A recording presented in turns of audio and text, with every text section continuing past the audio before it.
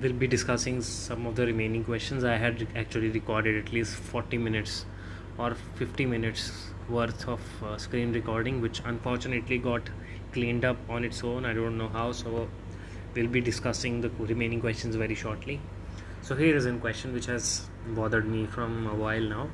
In this question, they had given us the liquid limit as 42%, that is 0.42, and the plastic limit was given as 30%, that is 0.30.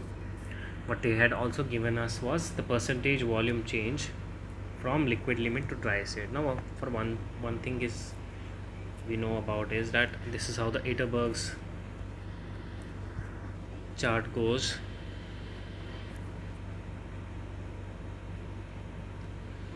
Here is the volume, here it is the liquid limit, this is solid,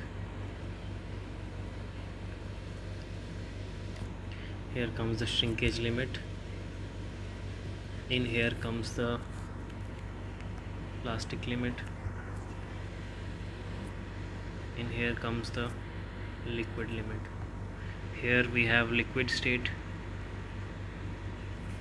where here we have plastic state, here we have semi-solid, and then solid. So what it says is that the percentage of volume change from liquid limit, that is corresponding to WL, we have volume at the liquid limit, corresponding to the plastic we have volume at the plastic limit, and corresponding to shrinkage we have volume dry. So what it says is that the percentage of volume change from liquid limit, liquid minus dry, VD, that is you are going from WL to WS, hence VL to VD, is 35% of the dry volume, that is VL minus VD times 100 is 35. And similarly the percentage volume change from plastic, that is VP to dry, VD, that is VP minus VD upon VD into 100 is given as 22%. So what we are supposed to find out is the shrinkage ratio. So we know that shrinkage ratio is given by V1 minus V2 divided by VD divided by W1 minus W2, where we can write it as VL minus VP over VD divided by WL minus WP. So let us find these values using the given data.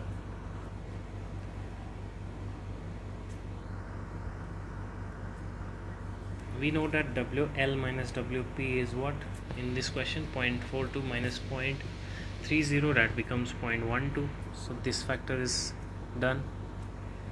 Now do we have VL minus VP?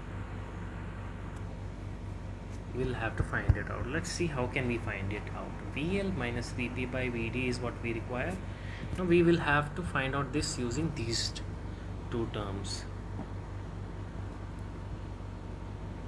I can see if I subtract this 1 from 2, I'll get this relation. So I can write it as VL minus VD by VD, VL minus VD by VD minus VL minus VP, VP minus VD, VP minus VD by VD, because while solving we'll find out that VD and VD will get cancelled out, and we know the value of this is 0.35 and value of this is nothing but 0.22. So therefore this ratio VL minus VP by VD will become 0.35 minus 0.22, that becomes 0.13. So therefore the shrinkage ratio will become given by VL minus VP by VD over WL minus WP becomes 0.13 over 0.12, that becomes near about 13 by 12, that is 1.08, which is closest to 1.1. Hence the correct answer is 1.1 answer. Okay.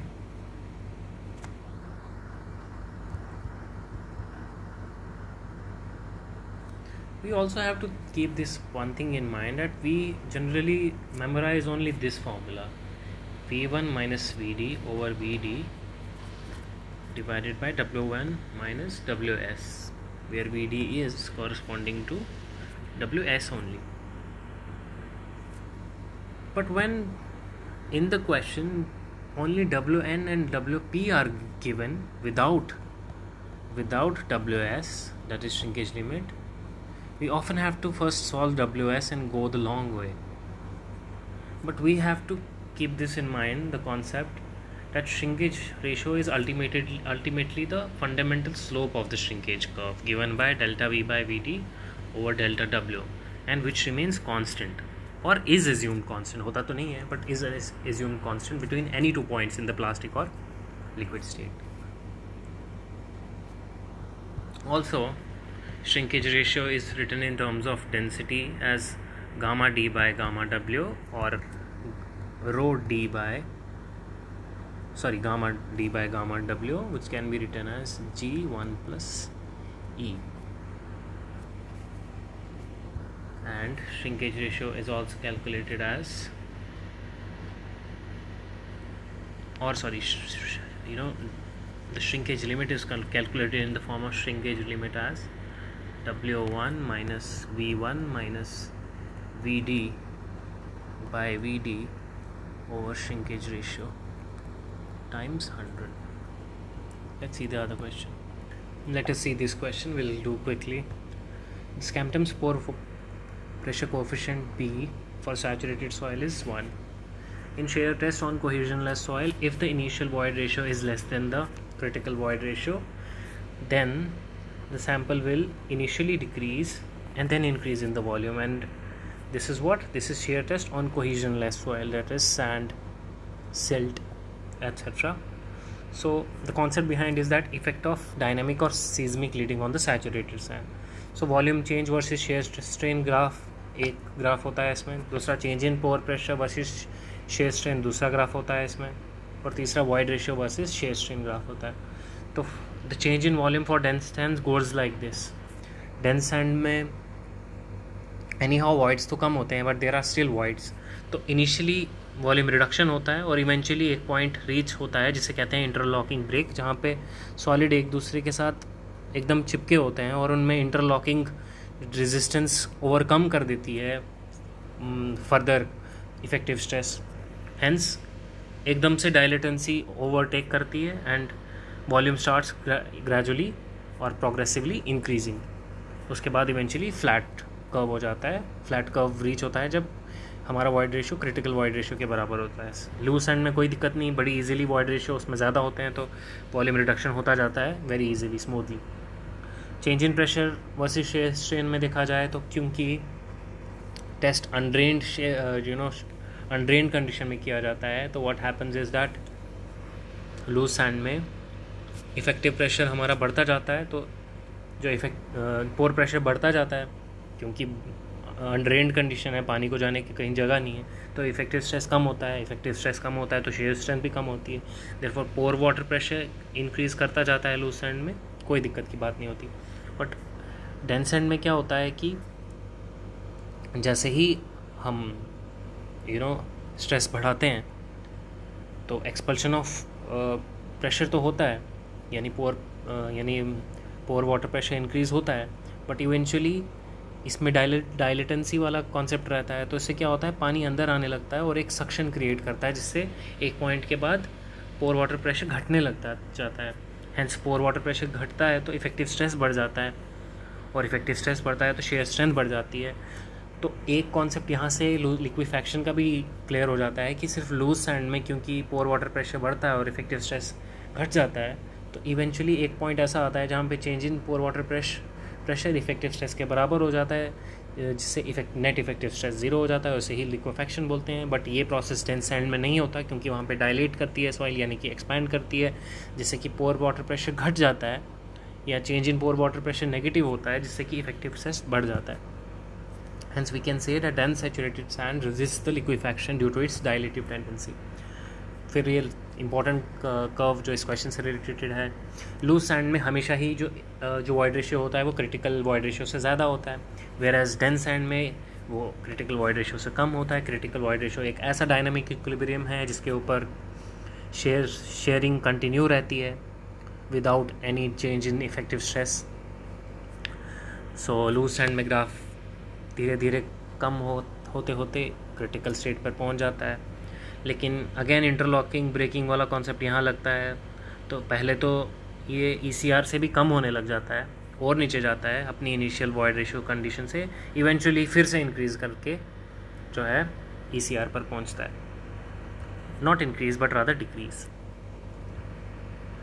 So critical void ratio is the ultimate void ratio at which continuous sharing occurs at a constant volume. There is no change of volume at constant effective strain and at the constant shear stress.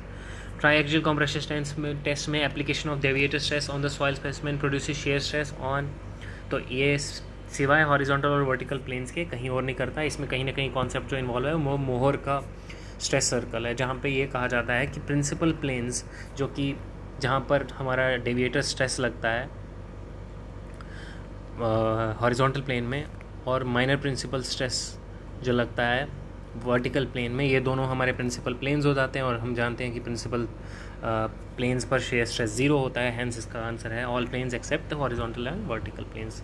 We know triaxial test में 2 stages होती हैं, confining stage जिसमें सिर्फ cell pressure लगता है और sharing stage जिसमें additional डेविएटर stress लगाया जाता है.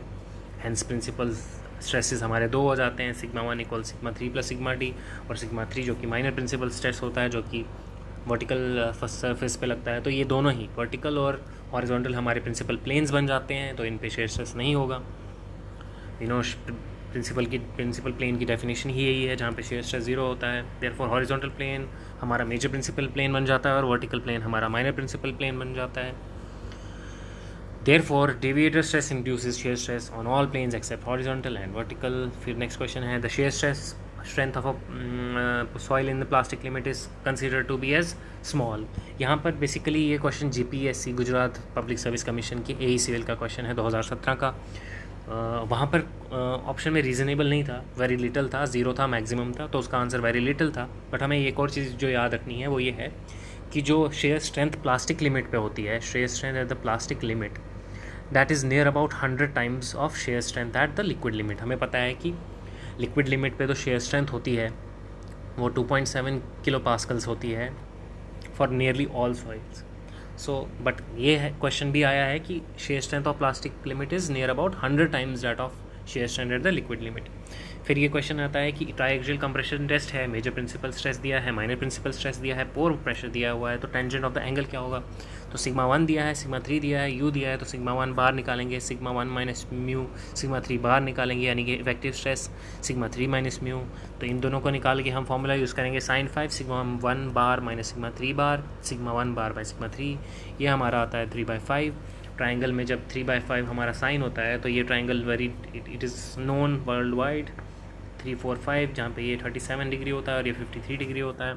सो tan phi 3/4 आया, यानी कि टेंजेंट ही पूछा था. 3/4 इज़ द करेक्ट आंसर. फिर यहाँ पे पूछता है कि वेन शेयर टेस्ट किस सॉइल के लिए यूज़ होता है शेयर स्ट्रेंथ के लिए. तो क्ले सॉइल्स के लिए ये यूज़ होता है. इसमें हम एक इंस्ट्रूमेंट यूज़ करते हैं जिसमें 2 ब्लेड्स होते हैं और उनमें से कौन सा टॉप और बॉटम, क्या ग्राउंड लेवल के नीचे है या ग्राउंड लेवल के ऊपर, क्या सिर्फ बॉटम ब्लेड शेयर कर रहा है या दोनों कर रहे हैं, उसके हिसाब से उसे 1 वे 2 वे शेयर कहा जाता है.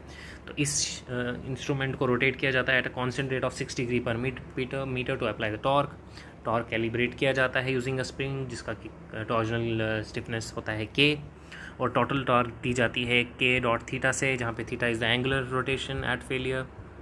तो यहाँ 1 वे शेयरिंग होती है और 2 वे शेयरिंग होती है, जहाँ पे कि 1 वे शेयरिंग में जो है सिर्फ टॉप सरफेस जो है या तो ग्राउंड सरफेस के साथ अलाइन रहता है या अंदर होता है बोर होल के, इसलिए रेजिस्टेंस जो है या तो वो अलाइन रहता है ग्राउंड सरफेस से या टॉप सरफेस एब्सेंट होता है बोर होल में.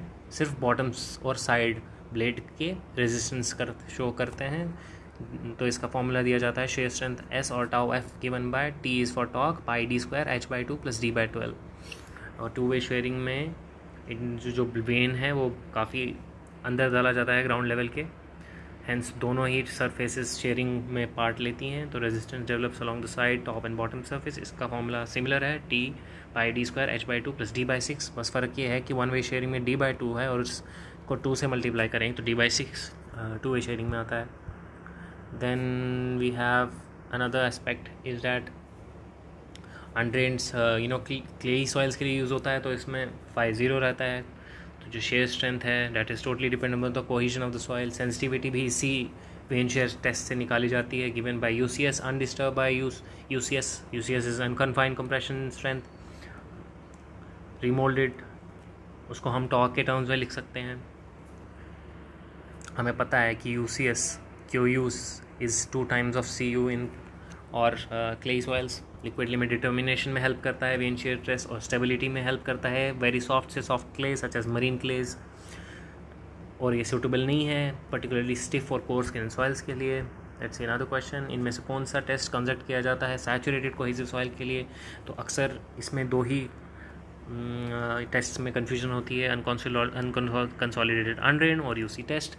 तो इनमें हम ये कह सकते हैं जो अनकन्फाइंड कंप्रेशन स्ट्रेंथ टेस्ट है वो एक सबसेट है अनकंसोलिडेटेड अनड्रेन टेस्ट का ही, बट यहाँ पर यूसी टेस्ट में सिग्मा 3 को 0 रखा जाता है। Even though we can use it for saturated cohesive और क्ले सॉइल्स, बट क्योंकि सिग्मा 3 0 रहता है जो कि नेचुरल कंडीशन में नहीं होता है। नेचुरल कंडीशन में सॉइल ब्लॉक चारों तरफ से लैटरली कन्फाइंड होती है, हेंस ये एक्यूरेट रिजल्ट नहीं देता है, hence U test is the correct answer. बाकी टेस्ट के बारे में बात की जाए तो CD टेस्ट एक ऐसा टेस्ट है जहाँ पे दोनों ही स्टेजेस में ड्रेनेज अलाउ की जाती है, जिसकी की वजह से ये long term stability of the soils के लिए यूज़ किया जाता है, और ये क्विक लोडिंग फील्ड कंडीशन के लिए नहीं यूज़ किया जाता। कंसोलिडेशन अनड्रेन की बात की जाए तो इसमें पहली स्टेज में ड्रेनेज अलाउड होती है पर दूसरी स्टेज में नहीं होती है, जिससे कि ये यूज़ किया जाता है for the stability of earthen dam during a sudden draw down of the water table. Short term loading के लिए यूज़ नहीं होता। अनकन्फाइंड कंप्रेशन की बात की जाए तो ये परफॉर्म किया जाता है कोहेसिव सॉइल के लिए बिल्कुल, और ये एक सबसेट है यूज़ टेस्ट का, बट यहाँ पर सिग्मा 3 यानी कि सेल प्रेशर नहीं यूज़ किया जाता क्योंकि लैटरल सपोर्ट नहीं होता, ये एक्यूरेटली मिमिक नहीं करता ट्रू फील्ड कंडीशंस को, हेंस थोड़े कंजर्वेटिव रिजल्ट देता है। But U is the best test जो कि इमीडिएट स्टेबिलिटी कंडीशन और शॉर्ट टर्म और इमीडिएट स्टेबिलिटी कंडीशन देता है फॉर रैपिड लोडिंग, और it is derived entirely for the undrained cohesion. Let's see another short term revision of all the triaxial tests. So this is how we are in the sharing stage, cell pressure stage, जहाँ पे सिर्फ और सिर्फ cell pressure that is sigma 3 लग रहा है। Eventually डेविएटर state add किया जाता है एक्चुअली, दैट इज़ और सेकेंड स्टेज शेयरिंग स्टेज। तो पहला जो है वो है Q टेस्ट और UU test which is unconsolidated undrained. ये सबसे क्विक टेस्ट है, 5 से 7 मिनट में रिजल्ट देता है, इसे यूज़ किया जाता है for the clay in short term. फिर आता है S टेस्ट यानी कि CD टेस्ट जो कि स्लो टेस्ट है, 3 से 4 हफ्ता लेता है। ये क्ले इन लॉन्ग टर्म या फिर सैंड शॉर्ट हो या लॉन्ग टर्म दोनों में यूज़ किया जाता है। Then we have consolidated undrained यानी कि R टेस्ट, ये sudden draw down of water table के लिए यूज़ किया जाता है। ये CU test is a bit हटके। Then we have clay in short term will be UU, clay in long term would be CD, और UD test perform नहीं किया जाता क्योंकि प्रैक्टिकली ऐसी सिनेरियो रियल फील्ड में पॉसिबल ही नहीं है जहाँ पे पहले अनड्रेन कंडीशन थी और ऑटोमेटिकली फिर बाद में ड्रेन हो जाए, ऐसा फील्ड में नहीं होता है, तो ये टेस्ट नहीं किया जाता ट्राइएक्सियल में। देन यहाँ पे क्वेश्चन है कि SPT N value recorded in the clay deposits, तो इसका करेक्ट आंसर है कि क्ले डिपॉजिट्स में जो है ना तो हम ओवरबर्डन प्रेशर करेक्शन करते हैं और ना ही डायलेटेंसी करेक्शन करते हैं। तो यूसी ओवरबर्डन और डायलेटेंसी स्टैंडर्ड पेनिट्रेशन टेस्ट में किया जाता है, जहाँ पे हम एन वैल्यू निकालते हैं जो कि होता है सॉइल का पेनिट्रेशन रेजिस्टेंस। पर यह देखा गया कि जो रॉ फील्ड ब्लो काउंट्स हैं वो कन्फाइनिंग प्रेशर, पावर प्रेशर और इक्विपमेंट की एफिशिएंसी पे डिपेंड करते हैं। तो सबसे पहला जो करेक्शन आता है और यही ऑर्डर भी है वो है ओवरबर्डन करेक्शन।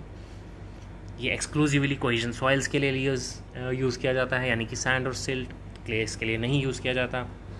इसका रीज़न ये है कि शैलो डेप्थ्स पे एन की वैल्यू कम आती है, वहीं पे डीप डेप्थ्स पे जो है काफ़ी ज़्यादा आ जाती है। तो ओवर एस्टिमेशन और अंडर एस्टिमेशन से बचने के लिए हम ये ओवरबर्डन करेक्शन लगाते हैं। क्ले के बिहेवियर में बात किया जाए तो short term dynamic penetration resistance उसमें गवर्न किया जाता है CU के द्वारा, जो इंडिपेंडेंट है इफेक्टिव ओवरबर्डन प्रेशर के। क्ले की अपनी इंट्रिंसिक प्रॉपर्टी है, इसलिए ओवरबर्डन करेक्शन क्लेस को नहीं लगाया जाता। फिर आता है नेक्स्ट डाइलेटेंसी और वाटर टेबल करेक्शन। इसे भी सिर्फ और सिर्फ सैचुरेटेड फाइन सैंड या सिल्ट्स के लिए यूज़ किया जाता है, but only if the overburden corrected value is greater than 15। अगर वो 15 या उससे कम रहती है तो हम डाइलेटेंसी करेक्शन नहीं अप्लाई करते। तो ये भी क्लेस को नहीं अप्लाई की जाती है। इसका रीज़न ये है कि हैमर इम्पैक्ट से सॉइल एक्सपैंड करती है, यानी कि डायलेट करती है, जिससे कि temporary negative pore pressure suction आता है, जिससे कि इफेक्टिव स्ट्रेस बढ़ता है और ये इफ़ेक्ट करता है एन वैल्यू को। तो हमें हमेशा चेक करना चाहिए कि सॉइल सैंड या सिल्ट है, अगर है तो करेक्शन अप्लाई करेंगे, क्ले है तो हम करेक्शन नहीं अप्लाई करेंगे। सीक्वेंस भी ऐसा ही होगा, हम सबसे पहले ओवरबर्डन प्रेशर करेक्शन ही अप्लाई करेंगे, उसके बाद ही हम डाइलेटेंसी करेक्शन अप्लाई कर सकते हैं। डाइलेटेंसी करेक्शन भी हम तभी अप्लाई करेंगे जब ओवरबर्डन करेक्टेड वैल्यू 15 से बड़ी होगी। हम ओवरबर्डन प्रेशर करेक्शन नहीं करेंगे अगर हमारा इफेक्टिव स्ट्रेस 218 किलो न्यूटन से ज़्यादा होगा। हम सिर्फ तभी करेंगे जब sigma bar would be less than 280 kilo newton. It is given by N1 equals N0 bracket 350 sigma bar plus 17, और dilatancy is given by N2 equals 15 plus 1/2। और स्टैंडर्ड पेनिट्रेशन में जो डेटा बेस्ड फैक्ट्स हैं वो ये हैं कि hammer wait इसमें 65 kg यूज़ किया जाता है, फ्री फॉल हाइट 75 सेंटीमीटर होती है। जो स्प्लिट स्पून सैम्पलर इसमें यूज़ किया जाता है उसका आउटर डाया 50.8 mm और इनर डाया 35 mm होता है। हम 150 यानी टोटल 450 mm की डेप्थ तक जो है ब्लोज करते हैं, और बट पहली इनिशियल 150 mm की रीडिंग को इग्नोर किया जाता है, सिर्फ सेकेंड और थर्ड यानी टोटल 300 mm को काउंट किया जाता है। Then we have maximum intensity of loading that the foundation will safely carry without the risk of shear failure of the soil without or irrespective of any settlement that may occur। तो इसका answer है safe bearing capacity. अक्सर doubt option A और option C यानी कि allowable bearing capacity और safe bearing capacity में होता है। तो वी शुड नो कि allowable bearing capacity is something which satisfy both the criteria, क्योंकि दो क्राइटेरिया होते हैं बेयरिंग कैपेसिटी फेलियर में या फाउंडेशन फेलियर में, वो है safety against the share failure and safety against the excessive settlement. पर सेफ बेयरिंग कैपेसिटी एक ऐसा एस्पेक्ट है जो कि सिर्फ और सिर्फ शेयर फेलियर पर बेस्ड है, वो सेटलमेंट को के साथ डील नहीं करता, इसलिए इसका correct answer safe bearing capacity है। फिर हमारे पास एक क्वेश्चन था जिसमें कि SPT की वैल्यू 30 दी थी, तो N वैल्यू पूछी थी डाइलेटेंसी की, यानी कि हमारे पास N1 ऑलरेडी दिया हुआ था 30 which was greater than 15। Overburden corrected value थी ये, so we simply applied 15 plus half N1 minus 15, answer came out to be close to 23। Then here is another question that settlement due to secondary compression is predominant in granule, no, inorganic, no, very fine, no, it is only in organic soil जहाँ पे कि secondary compression 10 से 20% होता है of the total settlement। यहाँ पे लिखा भी है कि total settlement is given by the immediate settlement जो without any change in pore pressure से होती है, and then we have primary consolidation, we have the secondary consolidation। जो immediate settlement होती है वो granular soils में होती है। सैचुरेटेड इनऑर्गेनिक क्लेज में प्राइमरी कंसोलिडेशन दिखती है जिसमें gradual dissipation of access pore pressure होता है। वहीं पर जो सेकेंडरी कंसोलिडेशन है या फिर क्रीप सेटलमेंट है, ये प्राइमरी कंसोलिडेशन के 100% होने के बाद होती है, यानी कि प्लास्टिक रीएडजस्टमेंट और reorientation of soil particles under the constant effective stress. और क्योंकि प्राइमरी कंसोलिडेशन खुद में ही ऑर्गेनिक क्लेज में तो काफ़ी समय लेता है, sometimes it can take decades to complete the 100%, तो इसलिए सेकेंडरी कंसोलिडेशन सिर्फ organic clays, peats, highly plastic soils में देखी जाती है। इसे क्रीप्स इसलिए भी कहा जाता है, जैसे क्रीप में लॉन्ग टर्म लोडिंग के कारण एक परफेक्ट प्लास्टिक स्ट्रेन हो जाता है जो रिवर्सिबल नहीं होता, इसमें भी ऐसा ही कुछ होता है। Then we have which method is suitable for determination of coefficient of consolidation for the clay which is having secondary consolidation. तो इसका आंसर है स्क्वायर रूट टाइम फिटिंग। उसका रीज़न ये है कि दोनों ही square root time fitting method और लॉगरिथमिक टाइम फिटिंग मेथड जो हैं उनका पर्पस है CV यानी कि कोफिशिएंट ऑफ कंसोलिडेशन को डिटरमाइन करना। वेरस जो लॉगरिथमिक टाइम मेथड है वो 100% प्राइमरी कंसोलिडेशन पॉइंट को ढूंढता है। तो ऐसी सॉइल जिसमें हैवी सेकेंडरी कंसोलिडेशन हो रहा है बहुत जल्दी, उसमें इसको ढूंढना काफ़ी मुश्किल हो जाता है. Whereas square root time fitting method सिर्फ 60% of the primary consolidation point तक ही डील करता है, तो वहाँ पर इस चीज़ का इशू नहीं होता है. Hence square root time is better for a soil which is having heavy secondary consolidation. या जैसा कि यहाँ पे लिखा है, because it focus is square root time fitting method और द लॉगरिथम और sorry Taylor's method focus on the early stages of the primary consolidation. Hence, it makes it highly suitable and accurate for clay soils which exhibit a significant amount of the secondary consolidation. Then we have the logarithmic time fitting method, जहाँ पे कि Casagrandes, जिसे हम Casagrandes method भी कहते हैं. It is a semi-log curve, relies heavily on the transition from primary to secondary. What it does that इसमें secondary compression part overlap करने लग जाता है, तो difficult हो जाता है 100% प्राइमरी कंसोलिडेशन पॉइंट को ग्राफिकली अचीव करना. बाकी ये तो दोनों ही ऐसे स्टैंडर्ड मेथड्स नहीं हैं.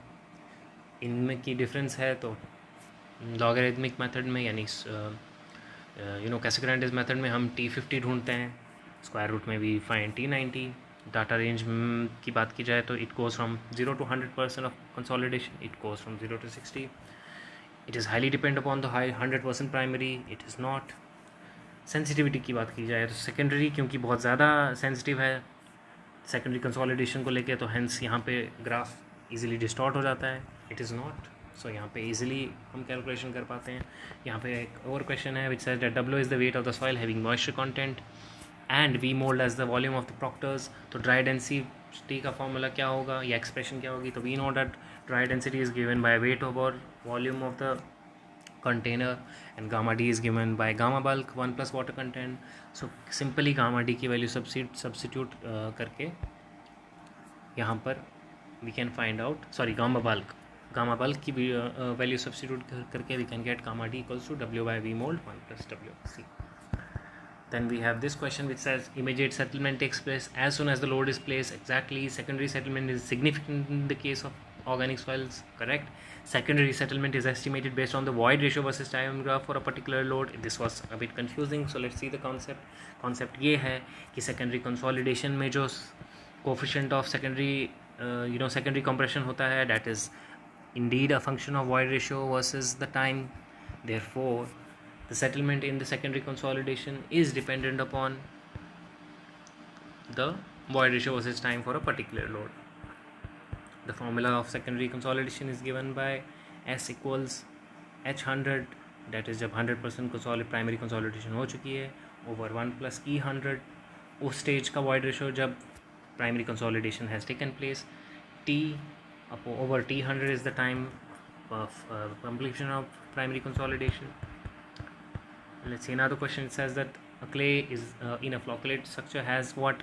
Well, a clay which is a flocculated structure has a high permeability, has high shear strength and very less compressibility, whereas in wet side of the OMC or dispersed structure we have less permeability, we have less shear strength, and we also have more compressibility. So yeah, the correct answer is that we have high permeability, high strength, but low compressibility in a flocculated structure. Then is for practical purposes the field density of the soil should be at least dash of the Proctor density. The relative compaction is the ratio of gamma d field by gamma d max, and it is said that it should be the gamma d field should be 95% of the gamma d max. Relative compaction is given by 80 plus 0.2 d. And there is another formula which I'll just write here, which is that we can also write relative compaction as 1 plus E min over 1 plus E times 100, जहाँ पे E min is corresponding to gamma D max, E is gamma natural in the field. Let's see another question. It says what happens to the value of effective stress when there is upward seepage flow. जब upward seepage flow होता है तो it creates an pressure which is against that of gravity. So we see that seepage force per unit volume is given by I gamma W, or seepage pressure is given by H gamma W, which is IZ gamma W, and when it is upward seepage, then it opposes the effective stress, that is it decreases, therefore upward seepage में effective stress decreases, whereas downward seepage में sigma dash increases. Since it is upward, we'll find decrease in effective stress. Let's see, with addition of lime in the soil, what happens? Liquid limit decreases and plastic limit increases, and what also reduces drastically is plasticity index. So you see what happens in the lime stabilization in clays is that calcium replaces the sodium or hydrogen ions absorbed on the clay particles. It also reduces the electrical diffuse double layer, and since the particle repulsion decreases, it creates clumps or flocks. How does it affect the Atterberg limits and plasticity of the soil? So liquid limit decreases because the soil structure is getting flocculated. हमें पता है कि disperse structure में जो है liquid limit ज़्यादा होती है, हेंस लिक्विड लिमिट को डिक्रीज़ करता है लाइम का एडिशन. प्लास्टिक लिमिट को ये सिग्निफिकेंटली बढ़ा देता है फ्लॉक्युलेटेड एग्रीगेट्स बनाकर. हेंस ज़्यादा पानी चाहिए इसे क्रम्बलिंग करने के लिए, तो प्लास्टिक लिमिट बढ़ा देता है. वहीं पर प्लास्टिसिटी इंडेक्स आईपी को डिक्रीज़ करता है ड्रास्टिकली. लाइम सॉइल स्टेबलाइजेशन के dos and don'ts. Golden rule ये है कि लाइम एडिशन हमेशा लिक्विड लिमिट ड्रॉप करेगा, प्लास्टिक लिमिट को राइज करेगा और आईपी को रैपिडली ड्रॉप करेगा. Lime stabilization heavy plastic clays या फिर ब्लैक कॉटन सॉइल के लिए यूज़ होता है. लाइम को हम कोर्स सैंड, ग्रेवल्स या नॉन कोहेसिव सॉइल्स के लिए यूज़ नहीं करते, वहाँ पर हम सीमेंट या बिटुमेन यूज़ कर सकते हैं. और सिमिलरली बिट्यूमेन या एसफॉल्ट भी कोर सैंड और ग्रेवल सॉइल्स के लिए यूज़ होता है. Lime is for only heavy plastic clays और black cotton soils. If a soil is having a high IP, then we'll have lime. If it is has less liquid limit or less IP, we'll go with cement. And if it is a non-plastic sand, we'll use bitumen or cement. What lime does is the requirement 2 से 3% to satisfy the cation exchange and 4 to 6% for getting maximum strength. Here is another question which we did, I believe. There is 37th question which we'll look upon. It says in contrast to the Atterberg limits of normal soils, the expansion limits of soils will have. So we need to know that expansive soils के लिए क्या चीज़ होती है. तो we should know कि what happens is that जहाँ पर lower shrinkage होती है वहाँ श्रिंकेज लिमिट होती है, वहाँ हायर स्वेलिंग और श्रिंकेज पोटेंशियल ज़्यादा होता है. We also associate montmorillonite clay mineral with black cotton soil which has high liquid limit, high IP and high swelling and high activity. We should not confuse shrinkage limit with shrinkage ratio or volumetric shrinkage. Shrinkage ratio and volumetric shrinkage, they increase with the soil expansiveness, whereas soil की expansive बढ़ने से shrinkage limit decrease होती है. So expansive soils such as black cotton soil containing montmorillonite exhibit severe volume change or swelling significantly when absorbing water, and they shrink drastically upon drying. So their Atterberg limit and volume change indicates they differ sharply from a normal non-expansive soil. ज़्यादा liquid limit होती है इन soils में montmorillonite के होने की वजह से. Water easily इनके स्ट्रक्चर के बीच में आ जाता है. श्रिंकेज लिमिट काफ़ी कम होती है, इट इज़ लोवेस्ट, तो फर्दर वॉल्यूम रिडक्शन नहीं होता है. Expensive soil they continue shrinking down due to extremely low water content, resulting in a very low shrinkage limit, and a low shrinkage limit correlates directly with a higher swelling potential. Then we have more volumetric shrinkage. Volumetric shrinkage measures the total percentage reduction in volume when the soil dries from liquid limit to its shrinkage limit, and due to higher water retention and weak structural bonding, expansive soils undergo higher volumetric shrinkage. Plastic limit की बात की जाए तो expansive soils have a very high plastic index greater than 35%, primarily driven by a massive rise in the WL. So C is correct, D is correct, A is correct. Hence expansive soils के लिए we have more liquid limit, we have less shrinkage limit and more volumetric shrinkage. That is ACD is the correct answer. Then see the other important formulas are around it. IPWL minus WP, shrinkage ratio is given by V1 minus VD over W1 minus WS, also given by rho D or gamma D by gamma W. Volumetric shrinkage is given by W1 minus WS times shrinkage ratio. Then there's Skempton soil activity given by IP over percentage of clay fraction less than 2 micron meter size. This question was done earlier. Yeah, I believe only these questions were the one I wanted to discuss for now. Yeah, I believe these were the only ones we had to discuss. Okay, we'll see you in the next video.